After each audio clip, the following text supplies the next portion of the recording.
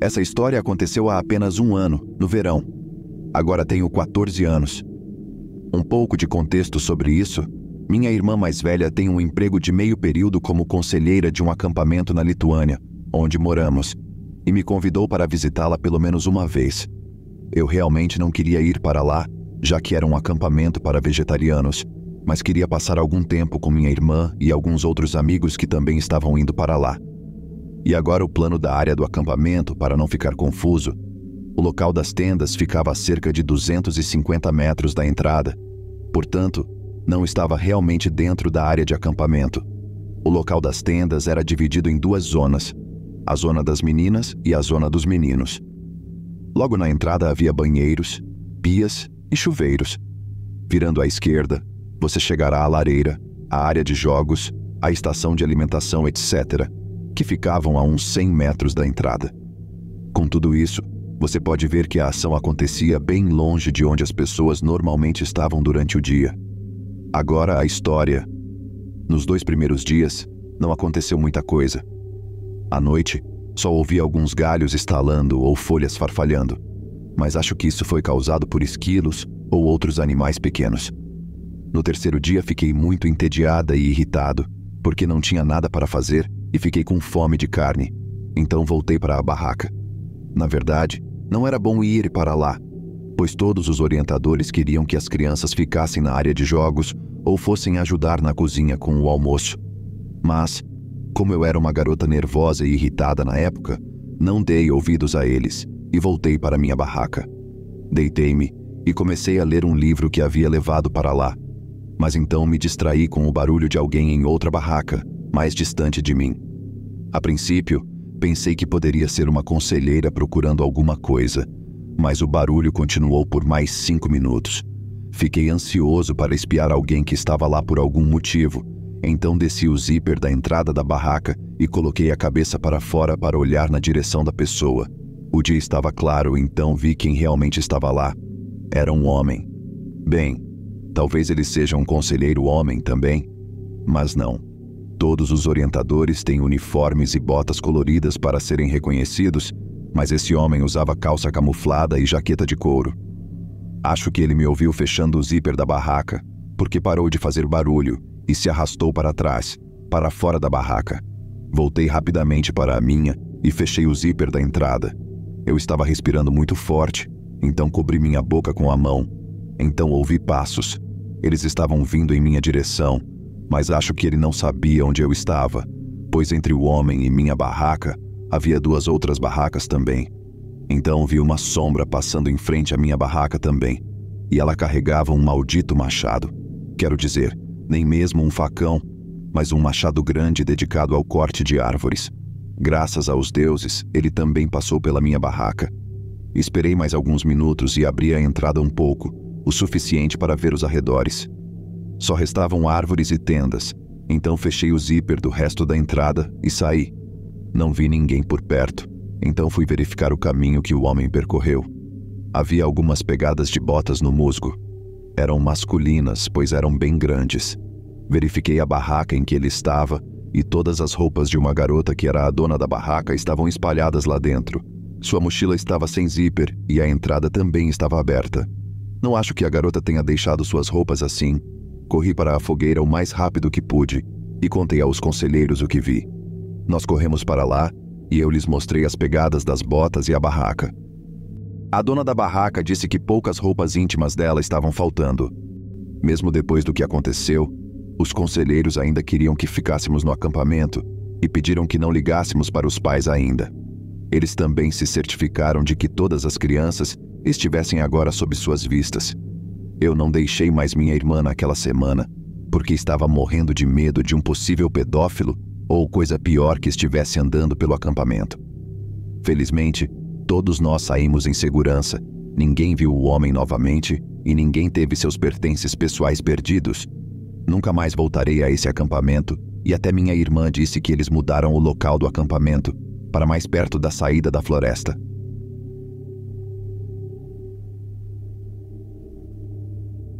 Isso aconteceu há 2 anos. Era uma noite quente de fim de verão. Eu tinha 16 anos e estava pilotando minha motocicleta pelo meu vilarejo. Estava apenas saindo para espairecer, pois estava passando por momentos difíceis e o som de uma moto sempre acalmava meus nervos. Quase toda a viagem foi totalmente tranquila e sem incidentes, o que me proporcionou a paz e a tranquilidade que eu estava procurando. Eu estava indo em direção a uma estrada sem saída que levava a alguns lagos para que eu pudesse dar meia volta e voltar para casa. Mais ou menos na metade do caminho, vi alguém vestido todo de branco andando pela estrada. Isso não seria muito estranho, pois esse era um caminho comum para as pessoas caminharem, se você não se importasse com o fato de que eram 11 horas da noite e essa pessoa não tinha nenhuma luz consigo. Não há casas ao longo desse trecho de 2 quilômetros de estrada, portanto, não tenho certeza do que essa pessoa estava fazendo. Diminuí a velocidade por instinto porque os pedestres são imprevisíveis. Isso foi um erro. Quando eu estava na metade do caminho, a pessoa soltou o grito mais violento que já ouvi. Meu coração começou a acelerar instantaneamente e antes que eu pudesse entender o que estava acontecendo, a pessoa avançou sobre mim enquanto eu tentava freneticamente engatar a marcha mais rápido possível. Vi a pessoa em meu espelho quando abri totalmente o acelerador. Agora, para as pessoas que não têm a menor ideia sobre motores, uma 125 cilindradas é extremamente lenta e a aceleração inicial da que eu tinha era pouco mais rápida do que a de uma pessoa. O acelerador ainda estava bem aberto e eu estava me aproximando das 9.000 rotações por minuto. Eu estava me preparando para trocar de marcha quando senti uma mão bater com força na traseira da minha motocicleta. Acabei acelerando a motocicleta até chegar a 13.000, porque não queria trocar de marcha enquanto a pessoa estivesse ao alcance da mão. A pessoa continuou me acompanhando até chegar a 27 km por hora, quando comecei a perdê-la aos poucos. Não reduzi a velocidade, mas só depois que perdi a pessoa de vista é que me lembrei de que a estrada terminava na floresta. Isso me deixou mais em pânico. Quando me aproximei do final da estrada, lembrei que havia um pequeno caminho de cascalho para caminhadas. Essa era uma motocicleta mais antiga, portanto ainda tinha um botão de luz comum. Normalmente, as motocicletas mais modernas têm as luzes configuradas de forma que não é possível desligá-las quando o motor está ligado. Instintivamente, desliguei as luzes ao engatar a quinta marcha para fazer o mínimo de barulho possível. Segui o caminho de cascalho até chegar a uma estrada normal. Eu estava em alta velocidade e olhava constantemente para trás. Mesmo quando entrei na estrada normal, continuei acelerando. Quando finalmente cheguei em casa, estava tremendo e encharcado de suor. Abri a porta da garagem e guardei a motocicleta, olhando o tempo todo para os arredores. Corri para a porta da minha casa o mais rápido que pude e a fechei atrás de mim. E também a tranquei, só para ter certeza. No dia seguinte, liguei para um de meus amigos, a quem contei sobre o ocorrido e pedi que viesse comigo. Entrei na floresta que ficava bem ao lado da estrada para procurar rastros, pois achei que alguém tinha armado alguma brincadeira estúpida, mas não consegui encontrar nada. Os únicos rastros que estavam lá eram os meus e os do meu amigo. Procurei em ambos os lados da floresta ao longo de toda a estrada, mas não encontrei nada. Normalmente, não sou uma pessoa que se assusta facilmente e também não sou um cara pequeno, com uma altura de 1,85 m e porte atlético. Mas aquele grito, nunca ouvi nada parecido e me causou arrepios na espinha. Fico assustado só de pensar naquele som terrível. Já contei essa história a 3 amigos meus e eles me levaram a sério, pois normalmente não me assusto facilmente nem invento nada. Esse foi o encontro mais assustador que já tive ao dirigir minha moto à noite. Olhando para trás, sinto que poderia ter lutado com a pessoa, especialmente porque estava usando o equipamento completo de motociclista. Mas quando ouvi aquele grito, minha mente me disse para correr. Era tão alto que parecia que a pessoa não era humana. Desde então, tenho evitado aquela estrada e não pretendo passar por ela nunca mais. Ainda não sei o que aquela pessoa estava fazendo ali, no meio da noite, sem nenhuma luz, no meio do nada, vestida toda de branco. Também não há manicômios nas proximidades, pois um fugitivo de tal lugar foi uma das primeiras coisas que me veio à mente. Simplesmente não consigo encontrar uma explicação lógica para isso. Não quero nem pensar no que poderia ter acontecido se essa pessoa tivesse me pegado.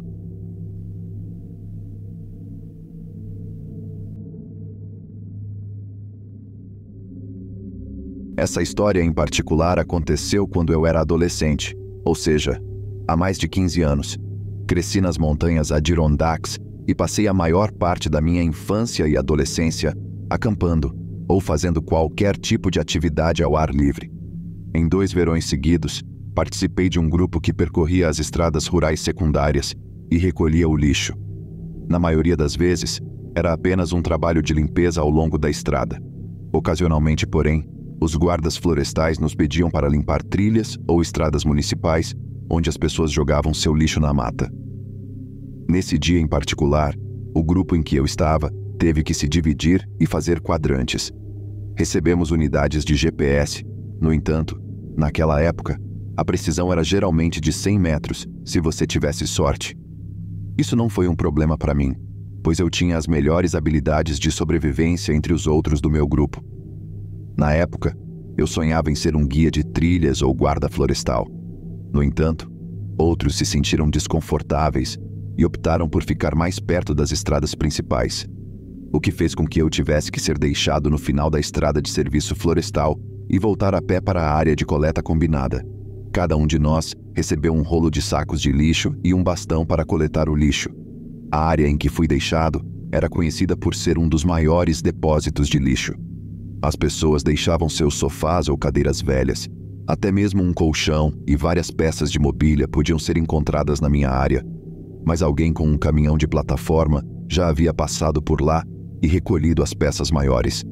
Tudo o que restava eram os itens menores, como garrafas e latas, sacolas, papéis, qualquer coisa do gênero.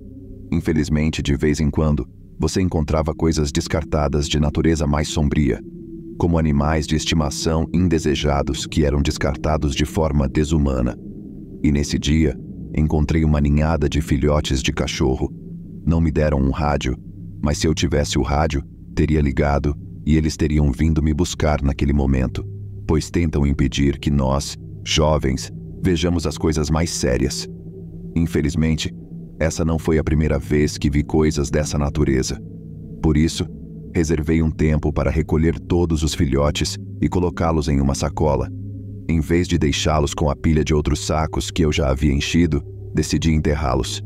Então, deixei minha mochila com suprimentos e meu bastão perto da estrada. E entrei na floresta apenas com a sacola. Andei uns 20 minutos para longe da estrada, até encontrar um pinheiro bem grande, que parecia ser um bom lugar de descanso para esses caras. Coloquei a sacola na base da árvore e comecei a andar em um círculo lento ao redor da árvore, procurando um pedaço de pau, uma pedra ou algo semelhante que pudesse usar para começar a fazer o buraco. Encontrei um galho bem grande que consegui quebrar ao meio e usei meu canivete que sempre carrego para afiar uma das pontas. Voltei para a árvore e comecei a cavar o buraco. Demorou um pouco, pois havia várias raízes que precisei contornar. Depois de cavar um buraco com cerca de 30 centímetros de profundidade, comecei a colocar para descansar os filhotes, sem o saco, pois não queria aumentar o lixo que já estava lá fora. Tirei alguns momentos para chorar e orar honestamente. Ver qualquer tipo de abuso é sempre muito difícil. No entanto, enquanto eu deixava pequenos presentes para eles e os cobria lentamente, ouvi um pequeno galho cair a uns 15 metros à minha esquerda. A posição em que eu estava me impedia de enxergar por causa dos galhos da árvore em que eu estava agachado. Parei de falar e de me mover, e fiquei apenas ouvindo outros sons. Não foi um momento em que a floresta ficou silenciosa, pois eu ainda podia ouvir alguns pássaros, mas eles estavam do lado oposto, mais longe de onde vinha o som. Eu não havia notado que eles haviam mudado de estar ao meu redor para estarem apenas em um determinado lado em meu estado distraído, de estar engolido por minhas emoções. Depois de ficar sentado ali por cerca de 3 minutos, olhando em volta e tentando olhar através dos galhos à minha esquerda, não vi nada e continuei trabalhando. Depois que terminei de cobri-los e deixei várias pinhas e uma pedra legal que havia encontrado e que guardei no bolso, levantei-me e comecei a me afastar. Foi nesse momento que ouvi o que só poderia ser descrito como um gemido misturado com um rosnado. Como estou na região dos ursos e há pumas na área, minha principal preocupação era que um predador natural tivesse sentido o cheiro e viesse investigar. Eu só tinha o canivete como forma de defesa. Ainda não estava assustado, pois presumi que fossem duas árvores se esfregando uma na outra com o vento. Isso é bastante comum quando se está na floresta. Olhando em volta não encontrei nada, mas quando estava prestes a continuar andando, vi um galho e uma casca caindo de uma árvore a uns 30 metros do grande pinheiro que eu tinha acabado de deixar. Olhei para a árvore, pois ela tinha apenas metade do tamanho do pinheiro grande, e no meio do caminho pude ver algo que não sei descrever. Parecia ter uma cor verde acinzentada marrom. Nenhuma forma óbvia que eu pudesse descrever. E provavelmente tinha o tamanho de um filhote de urso. Saltei imediatamente, disse um palavrão, virei-me e dei vários passos para trás, mantendo meus olhos no que quer que fosse. Eu ainda não sabia dizer se era algo vivo ou não. No entanto, quando começou a se mover, percebi que não era algo que estava preso à árvore. Sinceramente, não sei dizer o que vi. Não tinha pelos como os de um urso ou leão da montanha, e também não era apenas pele. Parecia quase um musgo vivo, mas até onde eu sei, os Adirondacks não têm preguiças.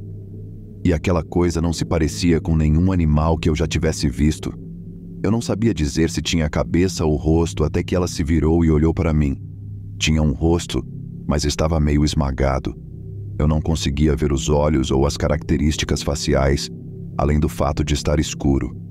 Desculpe-me pela falta de detalhes, mas eu estava a cerca de 80 pés da coisa e ela estava em uma árvore.